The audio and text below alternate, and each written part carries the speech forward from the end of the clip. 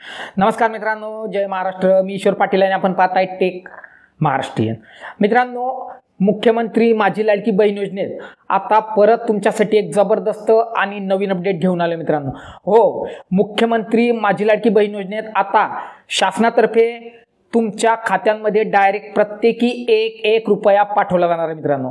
अतिशय आनंदाची बातमी आहे तुमच्यासाठी. महिला व बालविकास विभाग मंत्री श्रीमती आदित्यताई तटकरे यांच्या मार्फत ही घोषणा करण्यात आली की मुख्यमंत्री माझी लाडकी बहीण योजनेअंतर्गत प्रत्येकाच्या खात्यात आता एक रुपया शासनातर्फे पाठवला जाणार आहे. तर याचा लाईव्ह व्हिडिओ तुम्ही स्क्रीनवर बघू शकताय. मुख्यमंत्री माझी लाडकी बहीण या योजनेअंतर्गत आमच्याकडे खूप सारे अर्ज येत आहेत. पात्र अर्जदारांच्या खात्यात पैसे जमा होईपर्यंत या संपूर्ण प्रक्रियेची तांत्रिक पडताळणी करणं हे आम्हाला निश्चितपणाने गरजेचं आहे. त्यासाठी आम्ही प्रायोगिक तत्वावर काही निवडक अर्जदारांच्या बँक खात्यात प्रत्येकी एक रुपया जमा करत आहोत. जमा होणारा हा रुपया लाभार्थ्यांचा सन्मान निधी नसून फक्त आमच्या तांत्रिक प्रक्रिया पडताळणीचा एक आवश्यक असा भाग आहे. ही पडताळणी पूर्ण झाल्यानंतर पुढील प्रक्रिया अजून सुरळीत व्हायला निश्चितपणाने मदत होणार आहे. अर्जदार माता भगिनींना माझी विनंती आहे की हा आमचा तांत्रिक प्रक्रियेचा एक भाग असून याबद्दल कुठल्याही प्रकारचा गैरसमज किंवा कोणत्याही अपप्रचाराला आपण बळी पडू नका. धन्यवाद. तर व्हिडिओ तर तुम्ही बघितला असेल मित्रांनो. आता तुमच्या मनात एक प्रश्न येत असेल की मुख्यमंत्री माझी लाडकी बहीण योजनेअंतर्गत हे जे पैसे तुमच्या खात्यामध्ये पाठवले जाणार आहेत, म्हणजे तुमच्या खात्यामध्ये जो एक रुपया पाठवला जाणार आहे तो कशासाठी आणि कोणकोणत्या खात्यांमध्ये पाठवला जाणार आहे, बरोबर? तर लक्ष द्या मित्रांनो, मुख्यमंत्री माझी लाडकी बहीण योजनेत तुमचं खातं कन्फर्म करण्यासाठी, म्हणजे तुमचं खातं खात्री करण्यासाठी की हेच तुमचं बँकेचं खातं आहे आणि याच खात्यामध्ये तुमचे पैसे जमा होणार आहेत, तर हे खात्याची खात्रीकरण करण्यासाठी, म्हणजे या खात्याची खात्री करण्यासाठी सोबतच शासनातर्फे हा एक रुपया तुमच्या खात्यात जमा केला जाणार आहे मित्रांनो. आणि सोबतच कोणकोणत्या खात्यांमध्ये हा एक रुपया जमा होणार आहे, तर लक्ष द्या.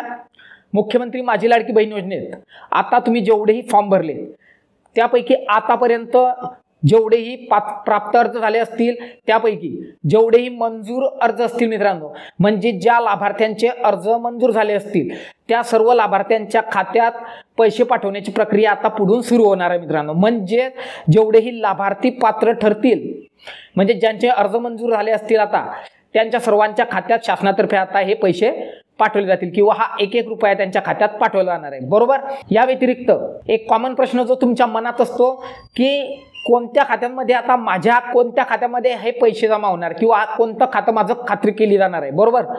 तर लक्ष द्या, तुमचं कोणत्याही बँकेचं खातं राहू द्या मित्रांनो, ज्या खात्याला तुमची आधार लिंक असेल. हल्ली जर आता नवीन मुख्यमंत्री माझी लाडकी बहीण योजनेचं नवीन पोर्टल जर तुम्ही उघडलं असेल कदाचित आणि त्यावर तुम्ही जर अर्ज भरला असेल तर तुमच्या अगदी सहजपणे लक्षात येईल की बँकेचं पासबुक अपलोड करण्याचा पर्याय आता पूर्णपणे काढून टाकण्यात आलेला मित्रांनो. हो, आधीचं तुमचं जे लाडकी बहीण योजनेचं ॲप होतं त्यामध्ये तुम्हाला बँकेचं पासबुक अपलोड करण्यास सांगितलं होतं, परंतु आता डायरेक्ट मुख्यमंत्री माझी लाडकी बहीण योजनेचं जे नवीन पोर्टल आहे, म्हणजे जी नवीन वेबसाईट आहे, त्यावरून डायरेक्ट बँक पासबुक अपलोड करण्याचा पर्याय काढूनच टाकलेला मित्रांनो कायमचा. का?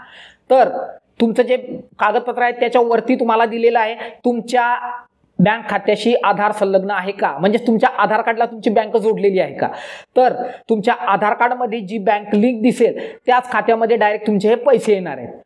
त्यामुळे तुमचे आधार कार्डला जे बँक खाते जोडलेले आहेत ते खात्री करण्यासाठी हा एक रुपया तुमच्या खात्यामध्ये पाठवला जातो मित्रांनो, बरोबर?